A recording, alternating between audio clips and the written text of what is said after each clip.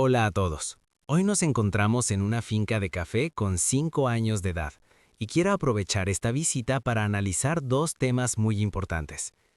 Primero, vamos a centrarnos en la distancia de siembra y luego hablaremos del estado actual de la finca y de las razones por las cuales no se realizó la poda en el momento adecuado.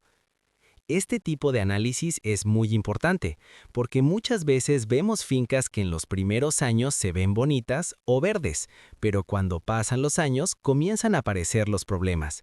Y en la mayoría de los casos, esos problemas no aparecen por casualidad, sino por decisiones que se tomaron al inicio del cultivo. Empecemos hablando de la distancia de siembra. En esta finca, el café fue sembrado con un distanciamiento de 2 metros entre calles y 1 metro entre plantas. A simple vista, y más aún cuando entramos al cafetal, podemos notar que el cultivo está completamente cerrado. Ya no se distingue claramente la calle, es muy difícil desplazarse dentro de la finca. El paso se vuelve incómodo, la cosecha se complica y la entrada de luz es claramente insuficiente. Cuando un cafetal llega a este punto, el problema no es solo visual. La falta de luz afecta directamente la floración, la formación de frutos y la sanidad del cultivo. Además, al no haber espacio suficiente, se dificulta cualquier labor: deshiervo, fertilización, monitoreo de enfermedades y, por supuesto, la cosecha. Sin embargo, es común escuchar a algunas personas decir que con este tipo de distanciamiento les va de maravilla. Y puede que eso sea cierto, pero solo durante los primeros 1 o 2 años. En las primeras cosechas, cuando las plantas aún son pequeñas y no han cerrado completamente, el sistema puede funcionar de manera aceptable. El problema aparece después, cuando el cafetal entra en plena producción y las plantas comienzan a competir entre sí. Aquí hay algo muy importante que debemos entender. El café es un cultivo perenne, no es un cultivo de corto plazo. Las decisiones que tomamos al sembrar no nos afectan solo 1 año o 2, nos afectan durante 10, 15, 20 años o más. Por eso, no podemos evaluar un sistema de siembra únicamente por cómo se ve en los primeros años. Ahora pensemos en la poda. En una finca como esta, con 5 años de edad y un distanciamiento cerrado, realizar una poda esquelética se vuelve muy complicado. No hay espacio suficiente para que las nuevas ramas se desarrollen adecuadamente, y en lugar de renovar el tejido productivo, se genera más desorden y competencia. La poda esquelética es una herramienta muy importante en el manejo del café, porque permite renovar ramas viejas, estimular nuevo crecimiento y recuperar la productividad de la planta. Pero para que esta poda funcione bien, necesitamos espacio. Si ese espacio no existe, la poda pierde gran parte de su efectividad. Ahora bien, al final del día, esta es nuestra finca, y cada productor es libre de manejarla como crea más conveniente. No se trata de imponer una sola forma de hacer las cosas, pero sí es importante analizar las consecuencias de cada decisión y entender qué prácticas nos ayudan y cuáles nos limitan a largo plazo. Desde mi punto de vista y basado en la experiencia de campo, considero que un distanciamiento mínimo recomendable es de 2.5 metros entre calles y 0.70 metros entre plantas. Con este espaciamiento se puede lograr un buen equilibrio entre densidad, manejo y productividad.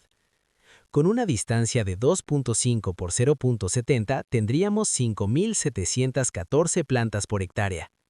Este número es bastante interesante porque nos permite tener una buena cantidad de plantas sin sacrificar la entrada de luz ni la facilidad de manejo. Algunos productores dicen: no, yo voy a sembrar a 1 metro entre plantas, porque así tengo más espacio. Pero aquí es donde entra el análisis numérico. Si sembramos a 2.5 metros de calle por 1 metro entre plantas, solo tendremos 4.000 plantas por hectárea.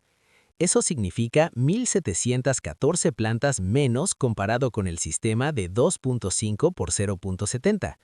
Ahora hagamos un ejercicio sencillo. Supongamos que cada planta produce 1 kilo de café pergamino al año. Estamos hablando de 1.714 kilos menos por hectárea. Y si traducimos eso a dinero, dependiendo del precio del café, estamos hablando de una cantidad muy significativa de ingresos que se están dejando de percibir. Por eso, cuando hablamos de espaciamiento, no se trata solo de comodidad o costumbre, se trata de rentabilidad. Cada metro que dejamos de sembrar, cada planta que dejamos fuera tiene un impacto directo en la producción final.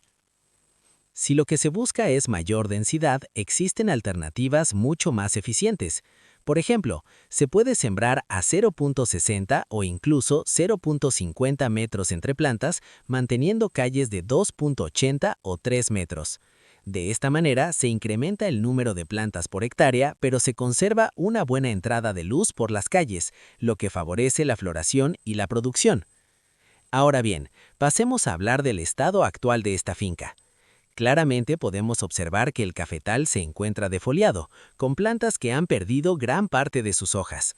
Esto no ocurre por una sola causa, sino por una combinación de factores. En primer lugar, hay un problema de fertilización. No se fertilizó a tiempo y el café es un cultivo exigente en nutrientes. Cuando la planta no recibe los nutrientes que necesita en el momento adecuado, lo primero que hace es debilitarse, perder hojas y reducir su capacidad productiva. A esto se suma la presencia de roya, especialmente en variedades susceptibles. Cuando una planta ya está débil por falta de nutrientes y además enfrenta una enfermedad como la roya, el impacto es mucho mayor. La roya acelera la defoliación, reduce la capacidad fotosintética de la planta y afecta directamente la producción. Otro factor importante es la edad de la finca. A los 5 años, muchas de las ramas que produjeron en los primeros ciclos ya no vuelven a producir. Es importante recordar que en el café, las ramas tienen un ciclo productivo. Una vez que una rama ha producido, su capacidad de volver a producir es muy limitada. En esta etapa, la producción comienza a concentrarse principalmente en la parte terminal de las ramas y en la parte alta de la planta. Sin embargo, esta producción suele ser baja y poco rentable, porque el número de nudos productivos es menor y el esfuerzo de la planta es mayor. Cuando llegamos a este punto, continuar manejando la finca sin intervenir suele ser un error. Los costos se mantienen, pero la producción baja, y eso afecta directamente la rentabilidad del cafetal. Por eso, en una finca de alrededor de 5 años como esta, se recomienda realizar una renovación de tejidos. Esta renovación puede hacerse mediante una poda total o mediante una poda por bloques, dependiendo de la situación económica del productor y del tamaño de la finca. La poda total permite una renovación rápida y uniforme de todo el cafetal, pero implica perder producción durante un tiempo.